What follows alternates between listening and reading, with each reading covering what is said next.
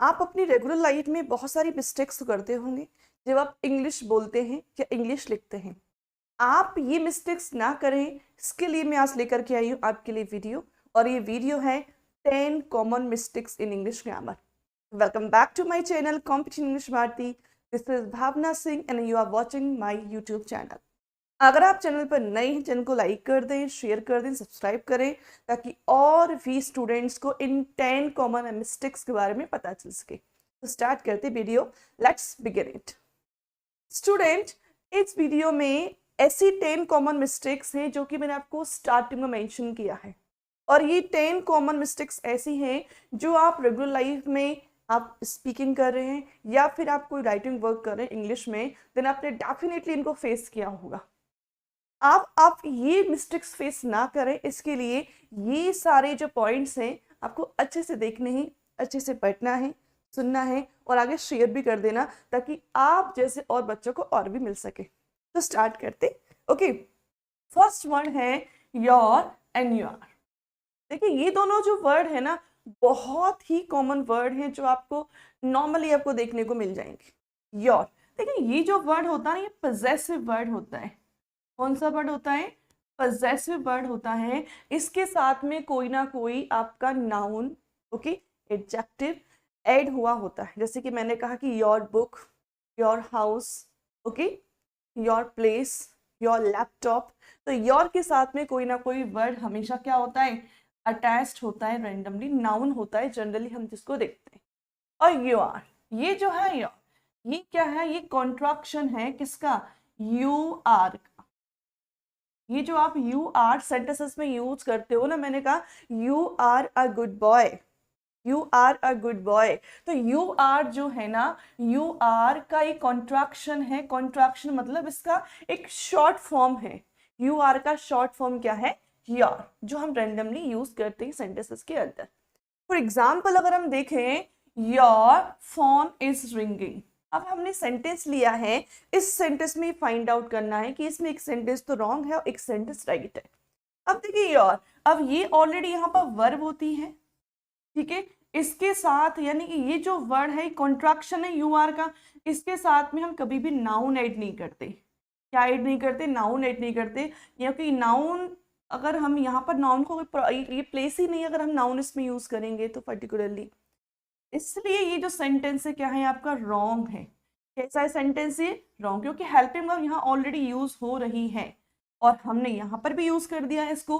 तो इस तरीके से सेंटेंस में हम double time helping verb use नहीं होगी इन दिस सेंटेंस, इसलिए सेंटेंस जो है कैसा है? कंप्लीटली रॉन्ग है। नीचे मैंने एग्जांपल लिया, your phone is ringing, this is the right, because your के बाद क्या यूज हो रहा है? नाउन यूज हो रहा है, ये पजेसिव वर्ड है। तो your phone is ringing, this is the correct sentence. तो इस तरीके से आपको योर एंड योर के बारे में आइडिया लग गया कि which one is right, sentence जो है कौन सा सही है कौन सा गलत है, प्लस योर का यूज कहाँ करेंगे एंड दिस योर का यूज कहाँ करेंगे। सेकंड जो वर्ड है वो है there and their and they're. अब ये तीन वर्ड है, आप कंफ्यूज हो रहे होंगे कि भाई कैसे यूज करेंगे ये तीनों वर्ड को। टेंशन मत लो, अभी बताने वाली हूँ, लेकिन वीडियो पर रुके रहना उसके लिए आपको। ओके, तो देखिए देयर, ये जो वर्ड है ना, ये यूज होता है रैंडमली प्लेस के लिए हम यूज करते हैं। किसके लिए? प्लेस के लिए यूज करते हैं। कभी कभी ये जो देयर है एज अ डमी सब्जेक्ट भी यूज होता है। किसकी तरह यूज होता है? एज अ डमी सब्जेक्ट भी यूज होता है देयर। और ये जो देयर है, ये जो है ना, ये पजेसिव वर्ड होता है। क्या होता है? ये पजेसिव होता है। किसका? दे का। ये किसका पजेसिव होता है? ये दे का पजेसिव होता है। क्लियर? अब बात करते हैं हम, ये पजेसिव होता है। ये जो दे आर है ये किसका है? ये दे आर का कॉन्ट्रैक्शन है। दे आर का शॉर्ट फॉर्म है दे आर। क्लियर? तीनों वर्ड्स क्लियर हो गए ना? I repeat again, this is there. ये यूज होता है प्लेस के लिए, कभी कभी डमी सब्जेक्ट की फॉर्म में भी यूज होता है। इसके बाद देयर, ये जो है ये पजेसिव वर्ड होता है, इसके साथ में कोई ना कोई नाउन अटैच होकर के आता है। बात करते देयर, ये दे आर का कॉन्ट्रैक्शन है, दे आर का शॉर्ट फॉर्म है। अब इसमें एग्जांपल लेते हैं हम, there is no room for us. वही ना, अब ये भी हेल्पिंग वर्ब है, ये भी हेल्पिंग वर्ब है, तो सीधी सी बात है, सेंटेंस तो रॉन्ग ही होगा ना, क्योंकि ये कॉन्ट्रैक्शन है किसका, दे आर का, और हम एक सेंटेंस में आर और यूज इज यूज नहीं कर सकते, that's why this is wrong. There is no room for us, अब ये परफेक्ट है यहाँ पर, क्योंकि यहाँ जस्ट लाइक एक प्लेस के रूप में यूज हो रहा है, तो there is no room for us. It's clear? I think ये आपके दोनों पॉइंट्स, फर्स्ट और सेकंड पॉइंट क्लियर हो गए होंगे। बात करते थर्ड नंबर पॉइंट की, who and whom, who versus who किसके लिए यूज करते और हुम किसके लिए यूज करते। तो देखिए होम ये जो यूज होता है ना, ये यूज होता है पीपल के लिए, लोगों के लिए, ये भी यूज होता है पीपल के लिए, बट ये यूज होता है एज अ सब्जेक्ट और ये यूज होता है एज अ ऑब्जेक्ट। ये अंतर है दोनों के अंदर, हु को यूज करते एज अ सब्जेक्ट फॉर्म में और हुम को यूज करते एज अ ऑब्जेक्ट फॉर्म में।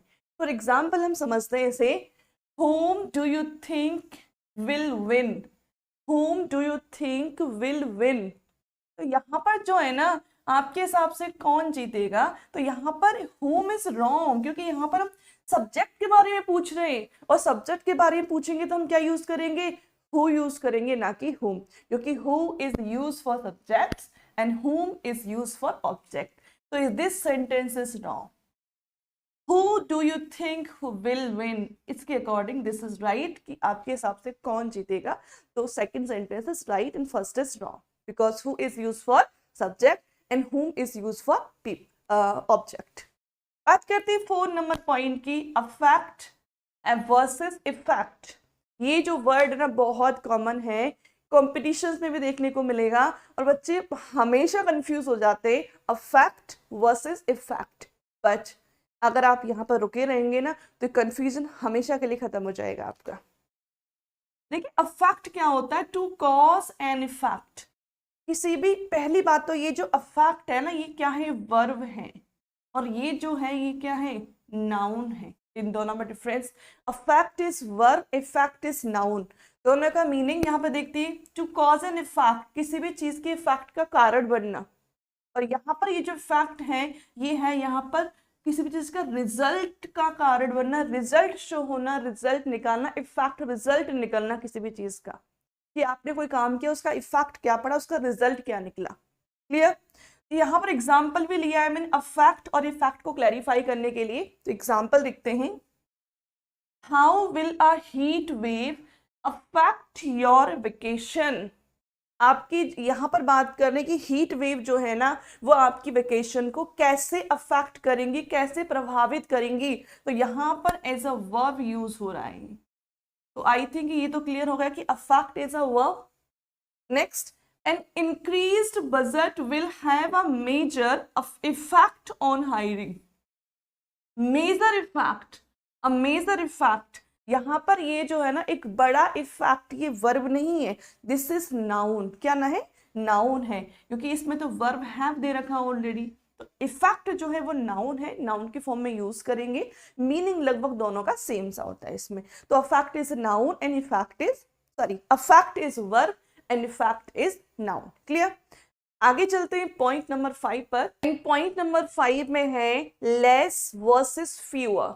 लेस वर्सेस फ्यूअर, देखो लेस का मीन्स भी कम होता है, फ्यूअर का मीन्स भी कम होता है, बट यूज कैसे करते हैं। लेस का जो यूज होता है वो होता है अनकाउंटेबल के लिए, इसका यूज करते हैं अनकाउंटेबल के लिए, और फ्यूअर का यूज करते हैं काउंटेबल के लिए। तो फॉर एग्जाम्पल मैंने आपको 2 एग्जाम्पल्स यहाँ पर लिए हैं। We have less students, we have less students than last year. अब लेस स्टूडेंट, स्टूडेंट तो काउंटेबल होता है ना, तो लेस अगर हमने यहाँ लगाया हुआ है तो ग्रामेटिकल फॉर्म में this sentence is wrong.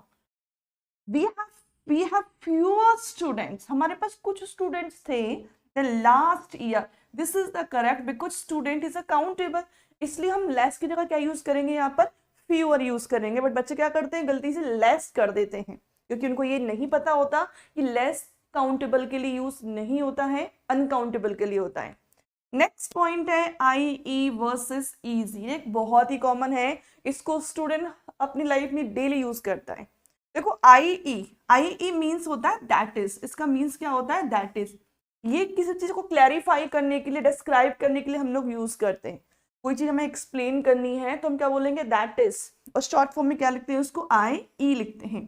Okay, easy, easy का मतलब होता है आपने जो हम एग्जाम्पल लिखते हैं ना, फॉर एग्जाम्पल, इसका फुल फॉर्म होता है एग्जाम्पल ग्रेटिया। क्या बोलते हैं इसको, एग्जाम्पल ग्रेटिया बोलते हैं इसको।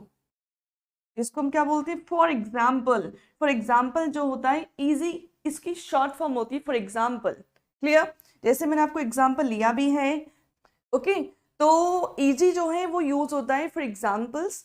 क्लियर, और मैंने आपको बता दिया है कि इजी की फुल फॉर्म क्या होती है, एग्जाम्पल ग्रेटिया होती है। नेक्स्ट चलते हैं पॉइंट नंबर 7, और पॉइंट नंबर 7 में है देन वर्सेस देन। आप देखिए देन वर्सेस देन, ये बड़ा ही कंफ्यूज करता है बच्चों को, और ये सबसे ज्यादा मिस्टेक करते हैं इस वर्ड के अंदर, देन वर्सेस देन में। देखिए देन जो है ना वो किसके लिए यूज करते हैं, आपने डिग्रीज तो पढ़ी है सबने, एडजेक्टिव्स, उसमें हम कंपैरिजन करते हैं, तो कंपैरिजन में यूज करते हैं देन वर्ड को। किस में यूज करते हैं, कंपैरिजन में यूज करते हैं। और ये जो देन है ये शो करता है टाइम को, ये क्या शो करता है, टाइम को शो करता है। For example, this book is more useful than that book. अब देखिए देन हमने यहाँ पर लगाया है, दिस इज रॉन्ग, ये टाइम मेंशन करेगा, कब की बात है पता नहीं, देन तो ये जो है ना ये रॉन्ग है, हम यहाँ पर क्या यूज करेंगे, देन यूज करेंगे, this is the right. Clear, क्योंकि THAN ये हम लोग यूज करते कंपैरिजन के लिए, THEN ये यूज करते हैं हम टाइम के लिए। आगे चलते हैं पॉइंट नंबर 8 पर, like versus such as. Like versus such as, देखो लाइक जो यूज होता है ना वो यूज करते हैं हम किसके लिए, कंपैरिजन के लिए। ओके, जैसे मैं कहूँ कि शी लुक्स लाइक अ, जो भी हम जिससे कंपैरिजन करें कि वो वैसी दिखती है, she looks like her mother, वो अपनी मदर की तरह दिखती है, तो कंपैरिजन हो गया ना यहाँ पर। तो लाइक का हम यूज करेंगे किसके लिए, कंपैरिजन के लिए। और सच एज का यूज करेंगे हम कोई एग्जांपल्स की लिस्ट दे रहे हैं, जैसे फॉर एग्जांपल मैं बोल रही हूँ कि I love animals such as cats and dogs. Okay, अगर हम कोई भी एग्जांपल्स की लिस्ट दे रहे हैं तो हम क्या यूज करेंगे, सच एज यूज करेंगे, जैसे कि मैंने यहाँ एग्जांपल आपको लिया भी है। बात करते हैं पॉइंट नंबर 9, जो आपका सेकंड लास्ट वर्ड है, complement versus compliment. Complement versus compliment. अब देखिए ये जो कॉम्प्लीमेंट है ये यूज करते हैं हम प्रेज के लिए। अगर हम किसी की तारीफ करते हैं, किसी की प्रशंसा करते हैं, तो हम क्या बोलते हैं, कितना अच्छा कॉम्प्लीमेंट दिया उसने। कॉम्प्लीमेंट किसी की तारीफ करना, और ये जो कॉम्प्लीमेंट होता है किसी भी चीज को कंप्लीट करने के सेंस में यूज होता है। किसके यूज में सेंस होता है, कंप्लीट के यूज में होता है, जिसको हम हिंदी में पूरक भी कहते हैं।